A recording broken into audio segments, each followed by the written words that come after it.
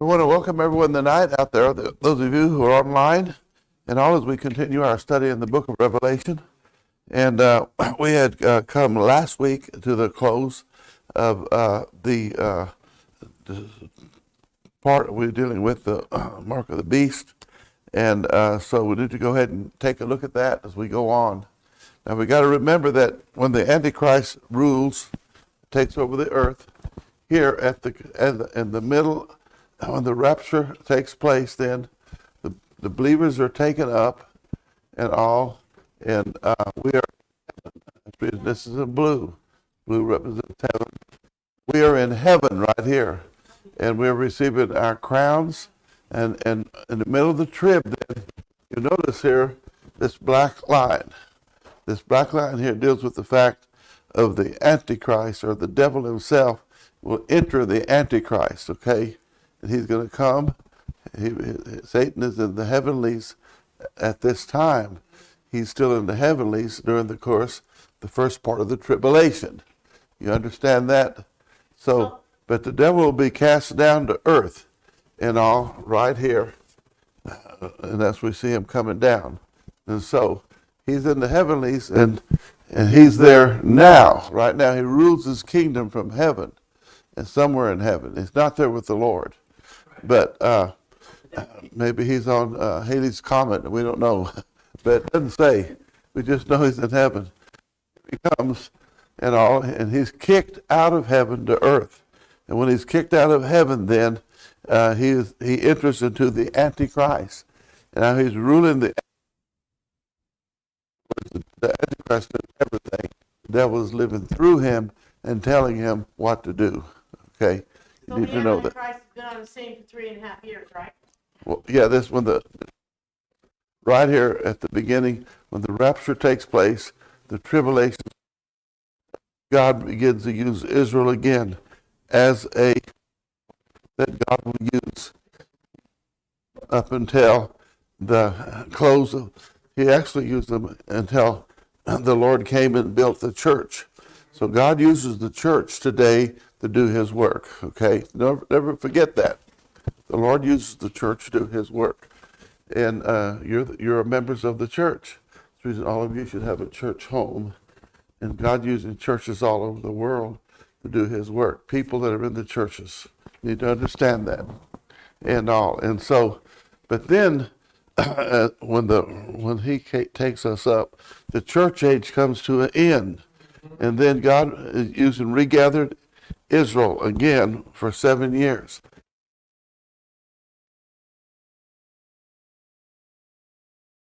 Were fulfilled. You find that in the book.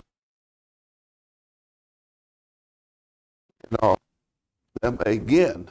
And so at that time, we know that one of the great things happened. God raised up 144,000 men of the nation of Israel. Okay, these were men who were pure. They were virgins. They were not in the world, living in the world. They were serving their God. God raises them up. Now, they get saved, by the way. And when this takes place,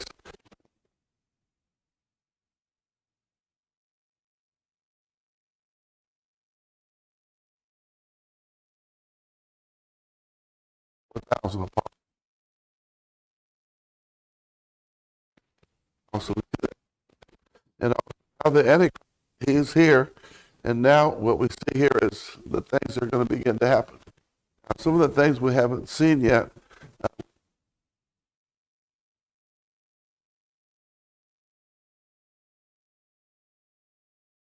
7 trumpets were blown and all. And so as this is happening then, there's still some more things to take place.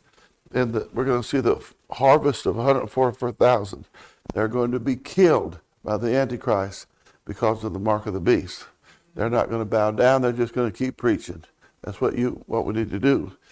And then God reveals 7 bowls of wrath. Now this comes in the last half of the tribulation. Each one of these bowls of wrath are poured out on the earth. God sends an angel to come and to pour them out upon the earth. What's going to be. Now we've already seen terrible things happen over here on earth, all kinds of earthquakes and things, and a third of the sea is wormwood, becomes poisoned, and we see those things. But now we're going to see what's going to happen to the rest of the world. Down and see here, if you'll take your lesson and all, and we want to go ahead and move a little further on and bring this. We have some more time to be able to bring this to a close, so you can understand the book of Revelation. Okay, and so that's where we're at. Yeah. Yes. Out of all the books in the Bible, why did the book of Revelation so misunderstood? Well, it's not hard to understand. That's true. For us in our time, maybe during the time before we came into this last church age, didn't understand. Like, how could the world see witnesses at once? All the world saw it. So it's easy to understand now.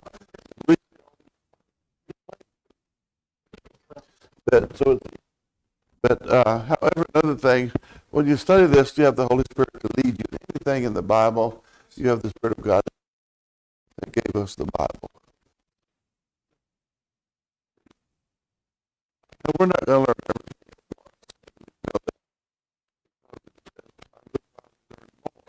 It's just like you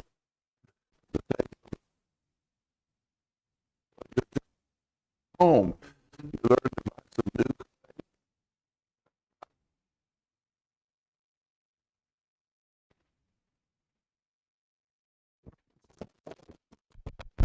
I remember when the microphone came out back in the 70s, about 70, if I remember right. And now you just seconds you eat. But back in those days, it wasn't that way. You see, but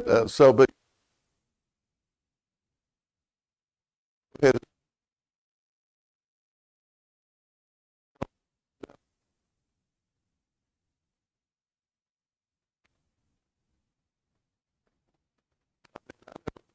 dream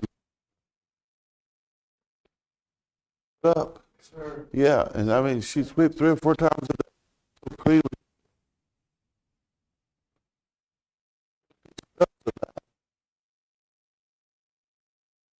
Nevertheless, so now we're going to see here in chapter 13 and look in verse 6. We're going to take a look, see if the mark of the beast is coming in. Okay. Can I look in verse 15? Okay.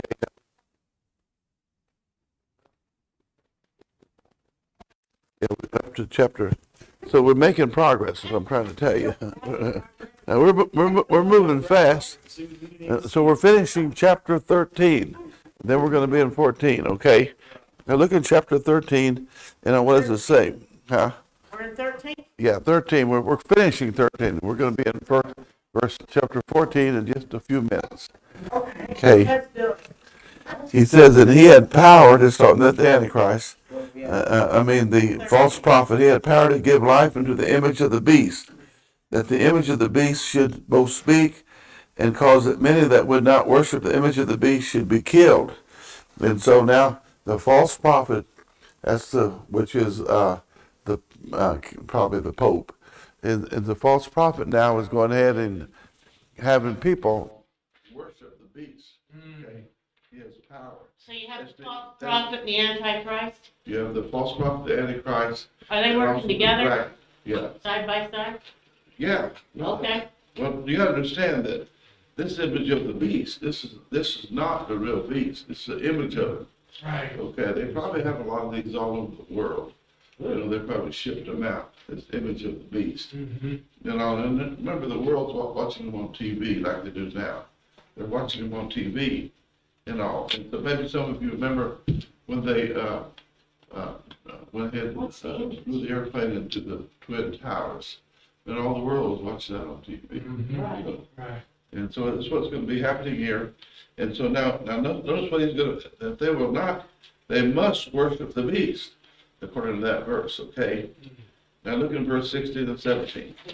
He says, he, now this, remember this image of the beast is probably a robot, or robots, okay? Oh, is that what it is? Yes, it's the image of the beast. It doesn't say the beast, That's right. okay? But his image You make is a, robots. you make a statue of somebody, like if you go to Washington, you see the statue of Abraham Lincoln. It's a Lincoln Memorial. It's an image of him, but it's not him. Right. Yeah, so this is probably a robot, or robots shipped all over the world. People had to bow down to it. Right. Okay, now look at verse 16 and 17. Oh, And he calls it all, both small and great, rich and poor, free and bond. That's that word free. There's only one country in the world known as a free place. It's America. Everybody wants to come here. And bond, to receive a mark in their right hand or in their foreheads, that no man might buy or sell, save he that had the mark of the beast, or the name of the beast, or the number of his name. And so we see that this mark of the beast now is something that has to be put on them, okay? And so what is that mark? Verse 18 says, here is wisdom. Let him that hath understanding count on the number of the beast, for it is the number of man, and the number of man is 666. And so the number of man is always been 666. You say, why is the number of man always been 666? Remember, we were created on the sixth day. The human beings were. Okay. And so here's what they recommend.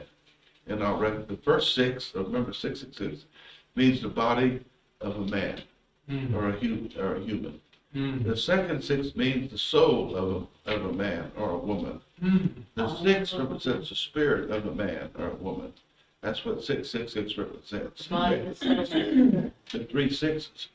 But now they have to take the mark of the beast, okay? Let's look in chapter 14, and right in verse 1. And now remember, the law is given, they have to take the mark of the beast, so they have to take it. You have to probably go down to the courthouse, and maybe they have tents set up around town where you go and they put the mark on you. What they're doing now with the shots, you know. Yeah. So look at this, first one says, and I looked, and lo, a lamb stood on the Mount Zion, and with him 144,000, having his father's name written in their foreheads. And so this is the ones that we saw in chapter 7, where 144,000 begin to go out and to preach. Okay, you know, it's right here. 144,000 begin to go and preach all over the world. They were everywhere in the world preaching. Okay, So instead of the mark of the beast, they're gonna have the father's name? they didn't take it. Forehead? They didn't take the mark of the beast. These men wouldn't take it, neither would good Christian people take it. So listen what happens now. He said, and I looked, and lo, the Lamb stood on the Mount Zion, and with him 144,000, having his father's name written in their foreheads. And so now, these 144,000 are in heaven now. Okay, heaven is sometimes referred to as Mount Zion. Okay, so they're in heaven and all, and so they've been killed now Okay. and all. And so we see where they're at. They're in heaven now. They were the witnesses went over the whole world and all. And a great multitude, and many were saved through all the nations of the world. They preached and did it. You know, a great power of God over it, like Paul went. So now they're all dead, the 144,000 are all dead? Yeah, well, yeah. You think about that, you know. Not some of these great men. We have one in Mexico now. His name is Kevin Wynn. We support him. And we've been supporting him since he went. And he was a young man. He showed up here in about this church about 1982. He showed up. He was going to go to Mexico. Him and his wife. They had no children. They just graduated from Bible college. So he didn't know really a lot. So he showed, and he looked at me and said, I've heard you started a lot of churches. I said, yeah, I've done that. And he said, I don't know how to start a church. He said, you teach me how. I said, if you'll stay here for 1 week, I'll work with you, teach you how to start a church from scratch. And so him and his wife, they raised money, deputation like missionaries do. They went to Mexico City. Today they have a church that runs 25,000 people. The letters are on the wall. The letters are on the wall. He sends the letter out every month. They're on the wall of the church. Go look at them and read it. And then he had probably about another 50 young men he's trained that are building churches all over there. He sent them into India. Some of those churches were in 3,000 and 4,000 from the boys he raised up. That's Kevin Wynn, a great man. And there's going to be men like him. We've had great men like that since Paul on earth. Charles Haddon Spurgeon was another one. He was in London, England. We've had great men like that, and all. And God raises some up, but he's going to raise up 44,000 here. Right. They're going to be out there doing all those things that Paul did, and Kevin Wynn, and Charles Haddon Spurgeon, and others, and all. So we see here that they're dead, Yeah. and all. And it says in verse 2, "And I heard a voice from heaven, as the voice of many waters, as the voice of a great number, as a great thunder. And I heard one voice of harpers harping with their harps." So this is rejoicing in heaven over the redeemed. Their battle is over. Victory has been won. Okay, and so that's what happened to the 144,000. And all. So the question is, are you willing to give up your life for the cause of Christ? They were. They willing to accept the mark. If you don't accept the mark, if you do accept it, you're dead. Right. In fact, if you go to heaven, if you accept it, you're marked forever to go to heaven. Right. Well, Okay. if you thought you were saved and the rapture happened and you got left behind, and you didn't take the mark and you got your head cut off, you still go to heaven? Yeah, go to heaven. Okay. Now we see right here in verse 3, and that's chapter 14, verse 3 in Revelation. Chapter 14, verse 3 says that they sung, as it were, a new song before the throne. Remember, they're in heaven now. That they is 144,000. That's the subject. And before the four beasts and the elders, and no man could learn the song, but the 144,000 which were redeemed from the earth. They have a song that they sang, and all. And nobody else understood that song. They were singing before the throne of God, and all. So that's the special time that took place, will take place in the history of the world, and all. It means that they were the first to be saved, and all. And probably after the devil came down, the tribulation period, he had them killed right away, and all. Now, we see here in verse 6 is very important. It said, "I saw another angel fly in the midst of heaven, having the everlasting gospel, to preach to them that dwell on the earth, to every nation and kindred and tongue and people." Now notice that this word here, everlasting gospel, means it has to deal with what has taken place. In other words, it means yesterday and today and forever. Everlasting gospel, everlasting forever, and when God gave it to us. And now we see here this angel flying with the everlasting gospel to preach to them on the earth. Why is an angel preaching to them on earth? Right. Well, here's why. 144,000 are killed, and probably other great Christians who's out there working for the Lord. They got saved during the tribulation. The others are probably hiding, trying to survive. Yeah. Okay? And so God sends an angel to tell those on the earth, let them know. He's telling them, hey, he's saved. You need to get saved. And the angel comes and tells them. That's amazing. And all. So anyway, here's the book. There you go, Jerry. Thank you.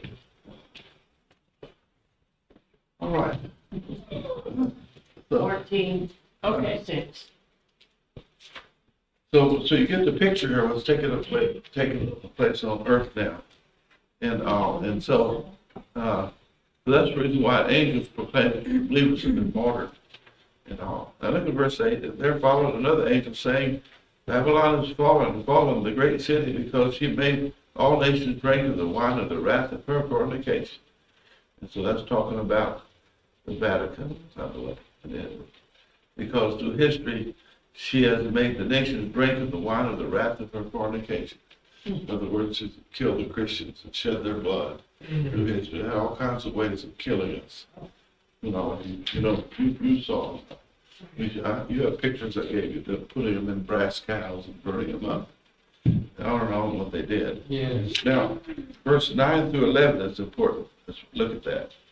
"And the third angel followed them, saying with a loud voice, If any man worship the beast and his image," and notice and receive his mark in his forehead or in his hand, the same shall drink of the wine of the wrath of God, which is poured out without mixture into the cup of his indignation, and he shall be tormented with fire. That's the ones who receive the mark. With fire and brimstone in the presence of the holy angels, and the presence of the Lamb, and the smoke of their torment is set up forever and ever. They have no rest, day nor night, who worship the beast in his image, and whosoever receiveth the mark of his name. So this means that they're going to go to the lake of fire. You know, it says there, the smoke of their torment is coming up forever. Something's got to be burning to make smoke. And so you see that, okay?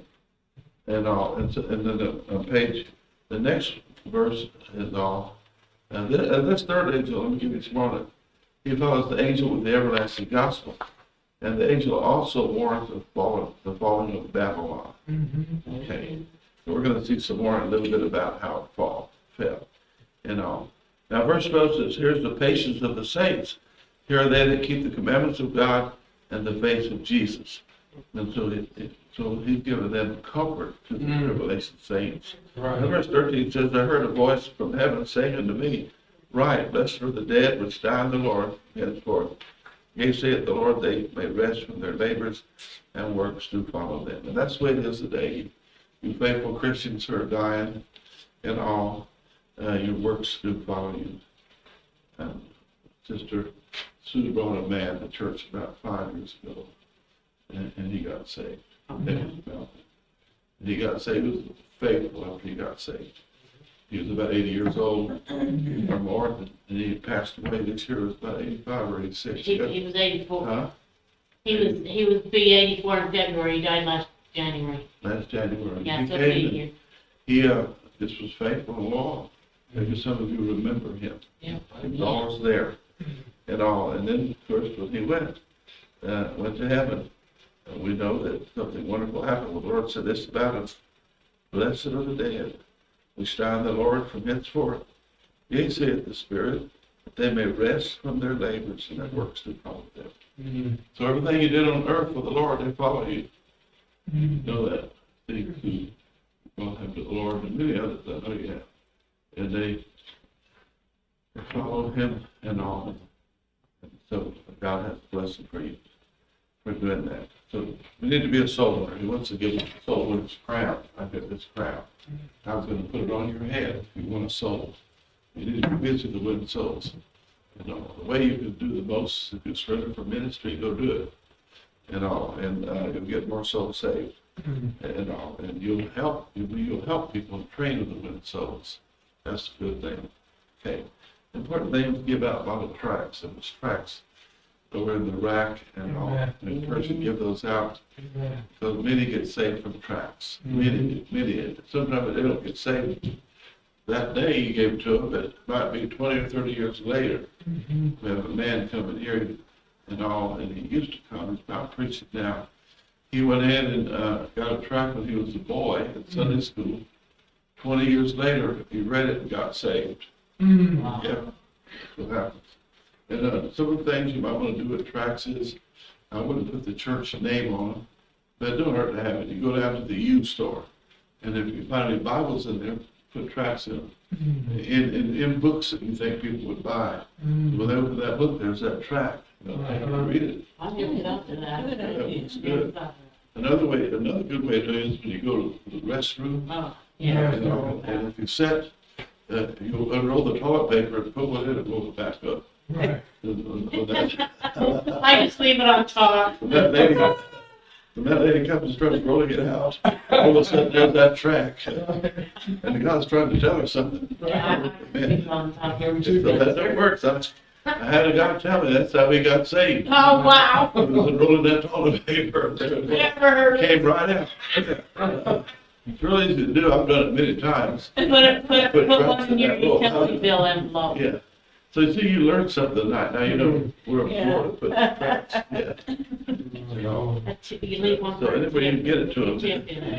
Yeah. If you can't do it now, put it under the windshield blades. When they're at the down at Walmart shopping, put some under them. Just pull it back, put it over there, and the wind will blow it off. Right. You know. So anyway, So we get the picture here and see what happens when they die and go to heaven and all. And so we're looking here. Let's look at verse 15. He says, another angel came out of the temple crying with a loud voice to him that sat on the cloud, thrust in the sickle and reap, for the time has come for thee to reap, for the harvest of earth is ripe. And so now, when it says the time has come, that means that men are very wicked right now. They've just reached the place like the place in Sodom and Gomorrah. I mean, but they came and it rained fire and brimstone on them. I mean, that was it. I said for the last time. Same with Noah. I mean, that was it. That's it. The time had come. It started raining. Yeah. Right. Yeah, started raining. It stopped for 40 days. Right. 40 nights. And so we see here that God's going to harvest the earth now. All these things are going to happen. They're going to let out the bowls of wrath right here.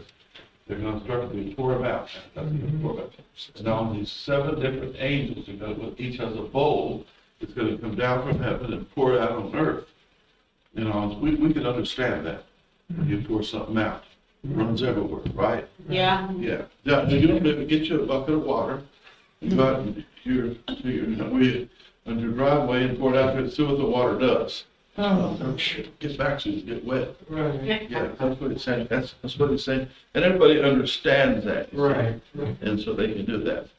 You know, verse 16 says that he sat on the cloud, thrust in his sickle to the earth, and the earth was reaped.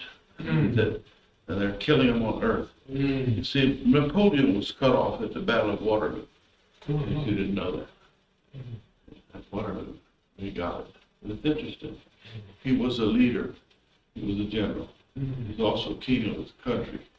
He wasn't really a king. He was more like what we call a president of France and all. And so he took his great army, and they were great men and all. And they could fight. They were trained to fight. He never lost a battle, really. Every battle he ever fought, he won. And so now here comes the armies of all of Europe together. Every country sent men to Waterloo for this great battle and all. And so Napoleon was there with his army, and all the others came and showed up, except one country, Prussia. It used to be a country called Prussia. It became a part of Germany. And that Prussia came with their army.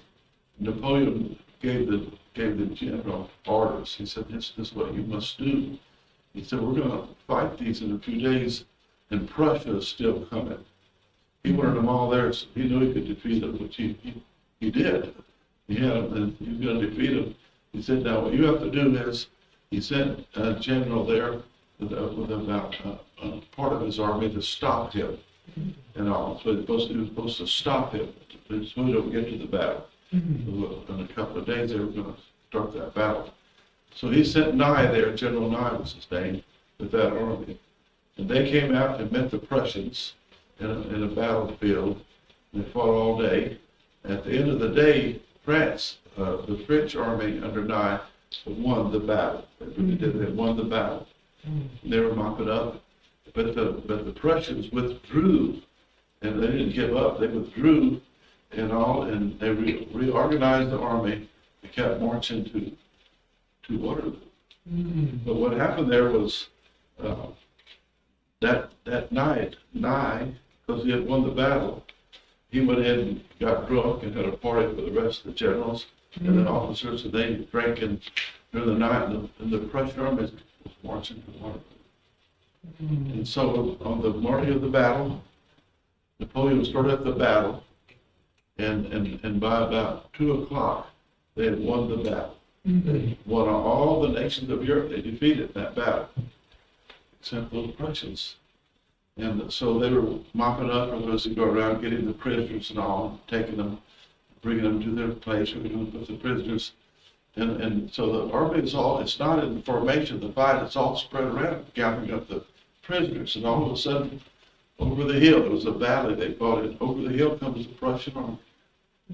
They were ready to fight, had their guns ready and loaded. They were all in order, marching order. They came down over that hill, and they captured Napoleon's soldiers. So Napoleon, he saw he couldn't do nothing He got on the horse, rode fast as he could to the harbor. He was going to get on a ship and come to the United States. He was on the ship, they were waiting to sell it, and they captured him. But Napoleon would have won the war at Waterloo. If that general would have obeyed orders. He was supposed to stop the Prussian army, and he did not do it. He didn't. And I thought, as a pastor, if we could just get the people to do that the pastor, we know what we're doing. We're like a general. We're in a battle with the devil. Yeah.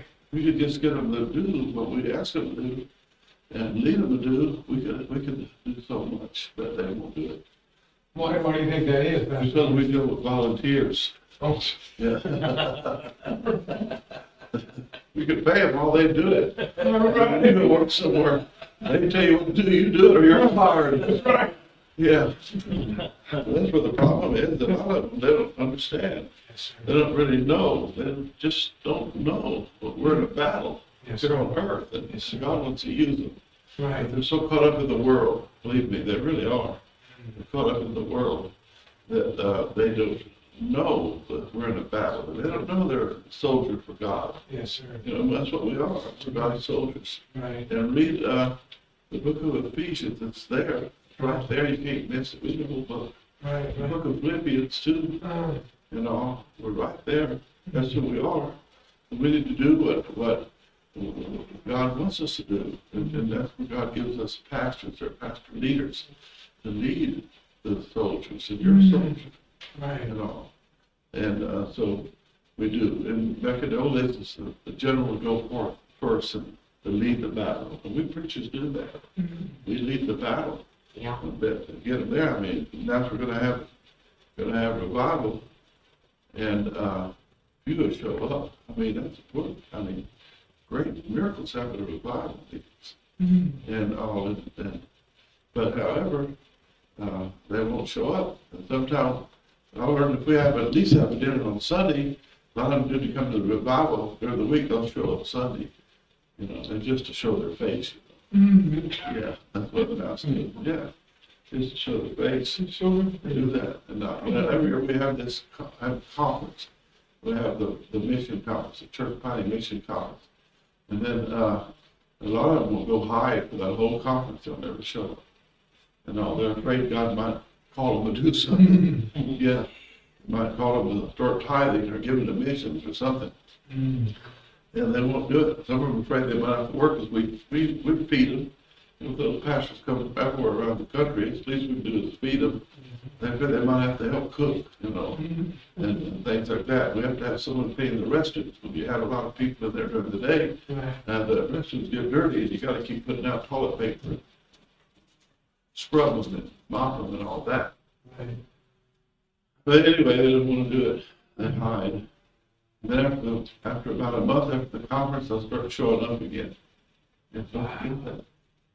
And you're going to go to the pastor. You don't know that. Yeah. You know. I bet Napoleon would have whipped him, but the general disobeyed him. Yeah, he didn't obey him. So they got to follow the general. Now look at verse 19. Okay. It says here, and the angel thrust in his sickle the earth, gathered the vine of the earth, and cast it great winepress of the wrath of God. Now it's going to take place here. It says in the wine, verse 20, and the winepress was brought without the city. Blood came out of the winepress, even to the harsh bridle of a space of thousands and a hundred furlongs. And so we see here that this call is going to happen here. This great battle is going to take place, you know, and so these people are going to be part of the army in all of this battle. It's going to be the battle of Armageddon. And all the armies of the earth are going to come to do battle against God and his people. And that's the Jews, of course, and all. And then, and because it says here that the blood, how deep the blood's going to be, and that's up to a horse's breast, okay? Right. It's going to be. Really? And that blood's going to flow for 176 miles in the land of Israel. And that's how deep it's going to be, up to a horse's breast. You know, and I'm going to stay in one place. That blood's going to start flowing downhill. You know, and so this is the picture of the judgment of God that's going to happen in Armageddon. Okay, and you say, who are these people that are there? Well, some of them are those who don't believe in God. Some believe God is dead. That's liberal theology. Some are in rebellion against God. Others, their God is the Antichrist. Right. You know, the bad thing is today, a lot of people think God is the creator. But they don't worship the creator, they worship the creation. Yeah. They worship, that's what's sad. Right. They worship the creation. But all their time worshiping the creation. And you can't get them to church on Sunday, so they claim they're Christians. Right. But that's a problem. Chapter 15, this chapter introduces chapter 16. Okay, so chapter 15 introduces chapter 16. And so we see here, look at that first paragraph there.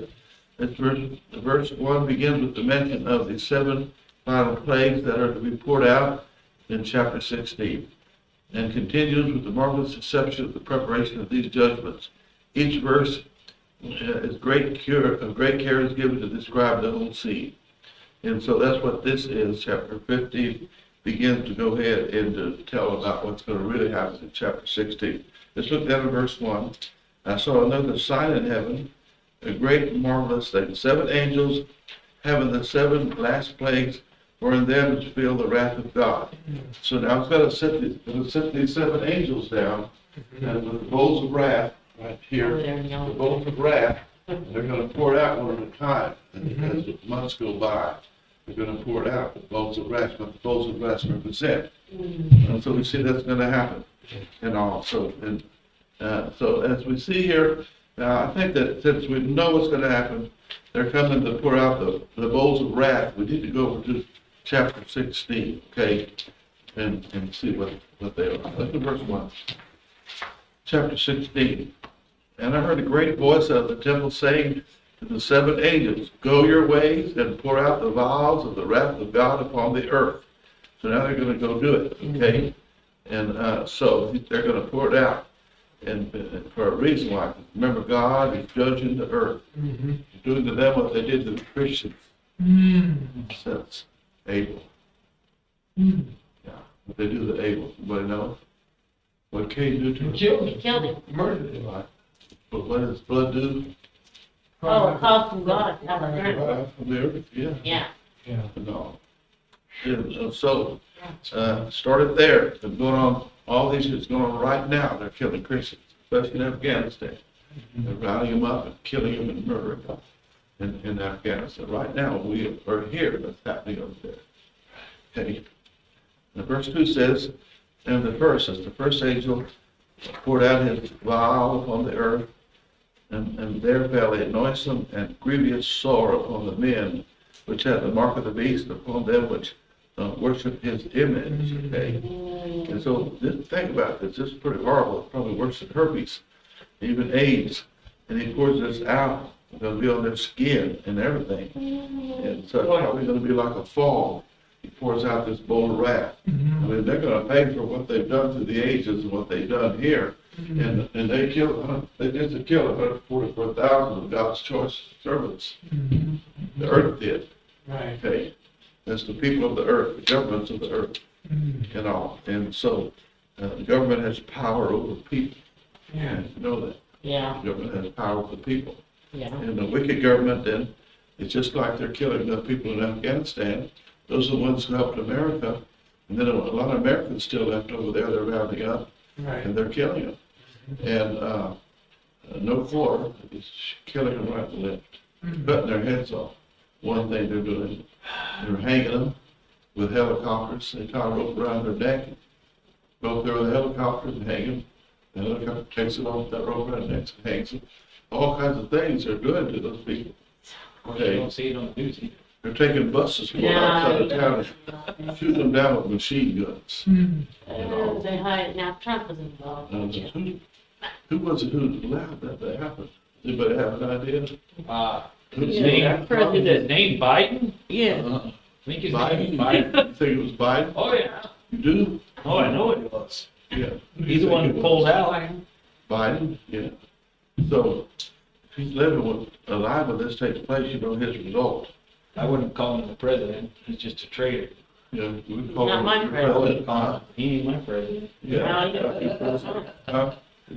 No, No. no. You know, and so we see here, let's say this violence, what happens to the He's people, the puppet. the grievous sores all over them, Mhm. and all. And then now, if you look at the verse 3, the second angel poured out his vial upon the sea. It became the blood of a dead man. Every living soul died in the sea. And so, the people in the sea on the ships, remember a third of them dead now, the rest of them are going to die. Everything turns to blood. And the fish under the bottom of the sea have to have oxygen. So they're not going to get none. Can't none come in with the blood on top. So they're going to be dying. There'll be dead fish everywhere. That'll be down here in the, just think, the fish in the Great Salt Lake could die. How many of you think there's fish in the Great Salt Lake? I doubt that. Huh? I don't think there is. Brian Shrimp. Huh? Brian Shrimp. I doubt that. Brian Ship there. Now, Yeah. I had heard from the game wardens that there is fish lives in the Great Salt Lake. What do you got?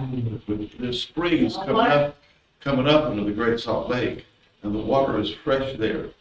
And fish live in that fresh water. Yeah. Remember that lake was once fresh water at one time? No. It's all Yeah. fresh. That was Lake Bonneville. Huh? Oh, Yeah, they follow it. All okay. covered most of the state, by the Yep. way. Yep. Okay, now, so then we see that the third angel comes in verse 4. The third angel poured out his vial upon the rivers and fountains of the waters, and they became blood. Now, take a look at that, consider that what's happening. You know, I mean, they murdered the saints, didn't they? They cut their head off. They Yeah. murdered the saints, you know. And he said in verse 5, I heard the angel of the waters say, Thou art, O Lord, which art, was, and shall be, because thou hast judged us. So what does it mean by the angel of the waters?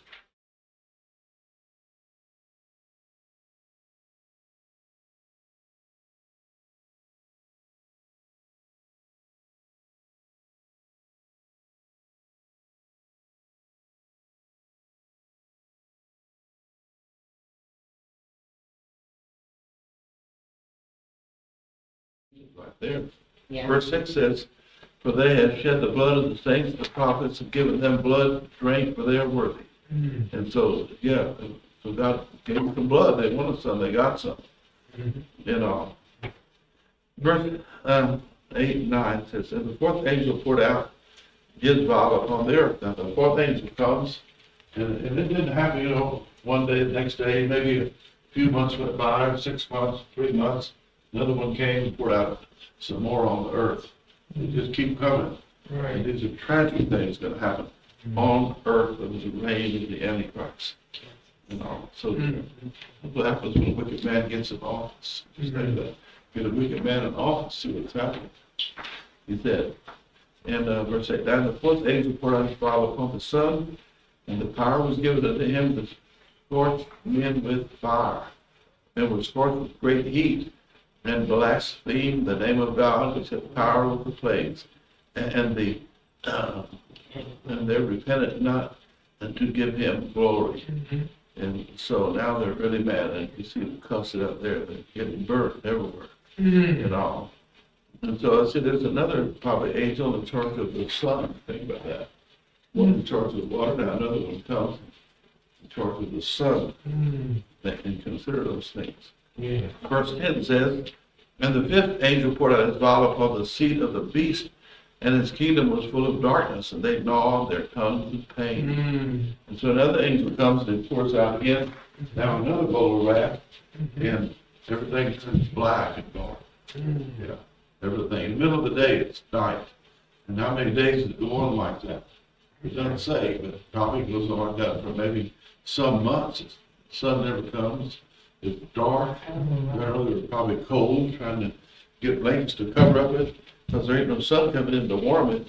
So you gotta take a look at what's happening, the big picture here. Right. Okay? And also, then we see here, a little bit further here, in verse 11 and 12, and they blasphemed God of heaven because of their pains and their sores, repented of their deeds. The sixth angel poured out his vial upon the great river Euphrates, and the water dried up, that the way of the kings of the east must be prepared. And so now, on this next cloud, the Euphrates River dries up. They got to think of all the people who live along that river. That's in the Middle East. I mean, that's their line that flows to the desert land. So from that river, now the Tigris, they built going everywhere, canals and water the land to grow food and all. And so it says here that to make way for what? That these men of the east, kings of the east, might be prepared. And so, take a look at what's in the east of Jerusalem, and everything you go east, you find all of the Russians and the Chinese and all of those people like that, and all live up in that area, the east. And so, we see here that they're going to come down, excuse me, they're going to come down to the battle of Armageddon. See, God's opening so they can come. God wants them all in one place. And when he comes, he's going to smite this great army of 200 million men. So they're going to come, and all. They get across that river now. It's dry, and all. And so we are getting to see the picture here. Look at verse 13 and 14. And I saw 3 unclean spirits like frogs come out of the mouth of the dragon, and out of the mouth of the beast, and out of the mouth of the false prophet. So all these have a great demon in them. And they are the spirits of devils, working miracles which go forth into the kings of the earth and of the whole world, to gather them the battle of the great day of God Almighty. And so we see here that this is the Holy Trinity of the devil. Remember, everything God has, we have the Holy Trinity, the Father, Son, and Holy Spirit. God, and so we have the ungodly Trinity. The devil has an ungodly Trinity. Okay. And so we get a picture of what's happening. And now look at verse 16. And he gathered them together in a place called the Hebrew tongue Armageddon. And Armageddon means a mountain of slaughter. So here's where they're going to be slaughtered. We're going to see that now they're going to die. How they're going to be slaughtered. Verse 17 says, and the seventh angel poured out his vial to the air. There came a great voice out of the temple of the heaven from the throne of God, saying, it is done. And so now he put out, that angel puts out the last vial on the earth, and all that's it. I mean, it's done. I mean, God's going to come, and the Lord, he said, the Lord Jesus come. He's the general. He's the general there. If you read your Bible over in the book of Exodus, they came over to Jericho, and at the Battle of Jericho, Joshua really didn't know what to do. And had great walls around that city. They were like the length of a football field. And in 2 or 3 cars could drive right side by side. That's what was at Jericho. What are we going to do? How do we get over those walls? You know, I mean, Joshua's trying to figure that out. Remember, Moses now was taken up to heaven. What are we going to do? And the Lord appeared to him. And all. That was the Lord Jesus appeared to him as a general to tell him what to do. And he did it. He went and did it. Now, how did the walls come down? Anybody remember? Yeah. Did they have a bulldozer knock them down? Yeah. And how they come down? They fell down. Huh? Yeah, they just fell down. Yeah, that's right. They fell down.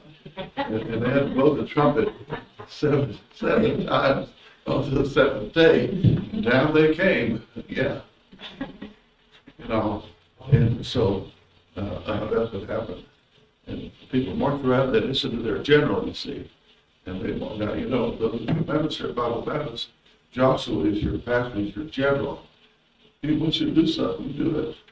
And now when you go to church, your pastor wants you to do something, you do that. I can't say he's working to get more people saved, to overcome the devil. And he's working, you gotta have an army if you're a general. And the people are the army of the church.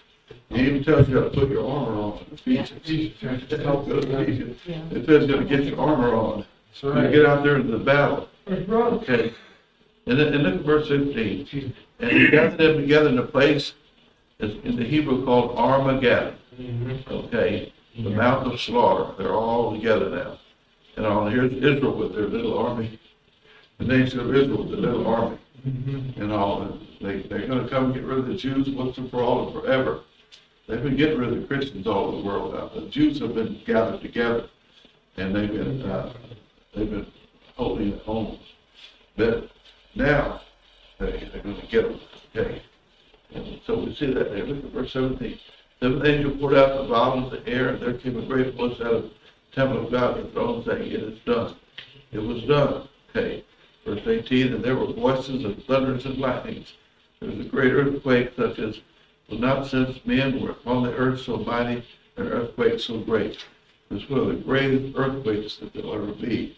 He says it's done. Here comes that earthquake. Now you want to get out of this valley because great, huge stones have become rolling down that mountain, big as houses. They're surrounded by mountains. They're going to come rolling down. They had a record of over in Europe. And some years the ice would just keep snowing and melting, and snow and made huge, great chunks of ice. And so a chunk of ice came rolling down in the spring when things began to melt. It came rolling down the mountain, and it rolled for 13 miles. Really? Yeah, came down that mountain and gained speed as it came. 13 miles, it kept going before it stopped.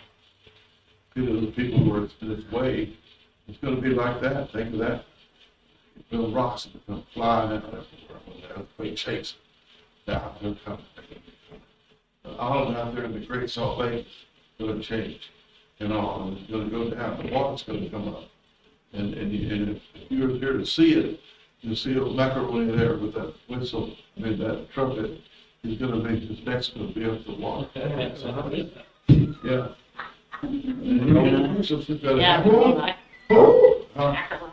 The Mormon temple. Oh. Macaroni, you know what macaroni is?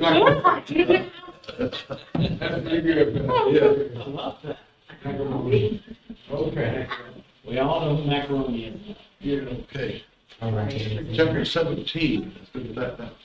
He said, and the traditional view of the 17th and 18th chapters is set forth by Schofield. He's a great theologian. The footnotes of the Schofield Reference Bible at the bottom of the page, 1346. He said, Babylon and confusion is repeatedly used by the prophets in a symbolic sense. See Isaiah 13:1. Two Babylons are to be distinguished in the Revelation. It includes ecclesiastical Babylon, that's the world church, is the apostate Christendom, headed up under the papacy. And the political Babylon is the beast confederated empire in the form of the lost Gentile world dominion. So that's the Antichrist now. The false prophet is in charge of that's the theological, the church Babylon, world church. And then the other is in charge of the countries of the world. He rules over all the countries of the world now. He said it's the political Babylon is the beast confederated empire in the form of lost Gentile world dominion. Ecclesiastical Babylon is the great whore. Revelation 17:1 is destroyed by political Babylon, that the beast may be the alone object of worship. And so what we see here is that it's going to rise up. The beast is going to rise up and go ahead and kill the Catholics in the one world church. No, that's going to be made up of one world church of all kinds of people, even the Muslims, and even Baptists. There's a lot of Baptist stuff behind them, say. When the rapture takes place, same people go up in the churches, probably the Methodists too, and other Presbyterians, but the same people. It'll go up, and now all the lost people look at what happened. You got to understand when all of a sudden it's going to happen. What happens when the rapture takes place? Right here. So the rapture takes place, and all that. You want to say aliens took us. Just think, look, here's the guy at the bottom of the ocean. He's a ship out there, and he's diving now. With his diving suit on. Finally, he comes up, and there's nobody on the ship. Wow. Yeah, I mean, just think of that. All those things are going to happen. All the people in the airplanes. There ain't going to be no pollen in there. Yeah. The airplanes are going to start just with no pollen. Right. So when that rapture takes place. Anyway, so we get a picture of what's going to happen here. Now, it brings out something here that's very important. And if you look at the bottom of the page, it says, this is the second paragraph from the bottom. The scripture is yet to be fulfilled because Saddam Hussein has rebuilt Babylon on the very side of the edge of Babylon. Began to work in 1978, it's almost complete in 1990. Just how much Dr. Scopel's view built upon the error, we cannot be sure. We must pray and search for the truth. Now, the old Babylon was destroyed by the, by the Medo-Persians. And it's also been a ghost town. That Hussein went back and rebuilt it. Now, you know what happened to Hussein? Yeah, If you remember, he was captured in the Gulf War. yeah. He had a special place where he hid. Right, It was underground, like the room built underground. right. And they had a reward on it, of, I think, $1 million. And so somebody knew he was there, one of them soldiers or colonels, and another general. He went, told me he was there, he got $1 million. What happens? He offered a reward on somebody, somebody go try to collect it and all. Now, so we see here what's happening. I'm trying to run out. And so we want to begin right here. We're ready to begin here. Chapter 17 next week. And because we just talked a little bit about the introduction.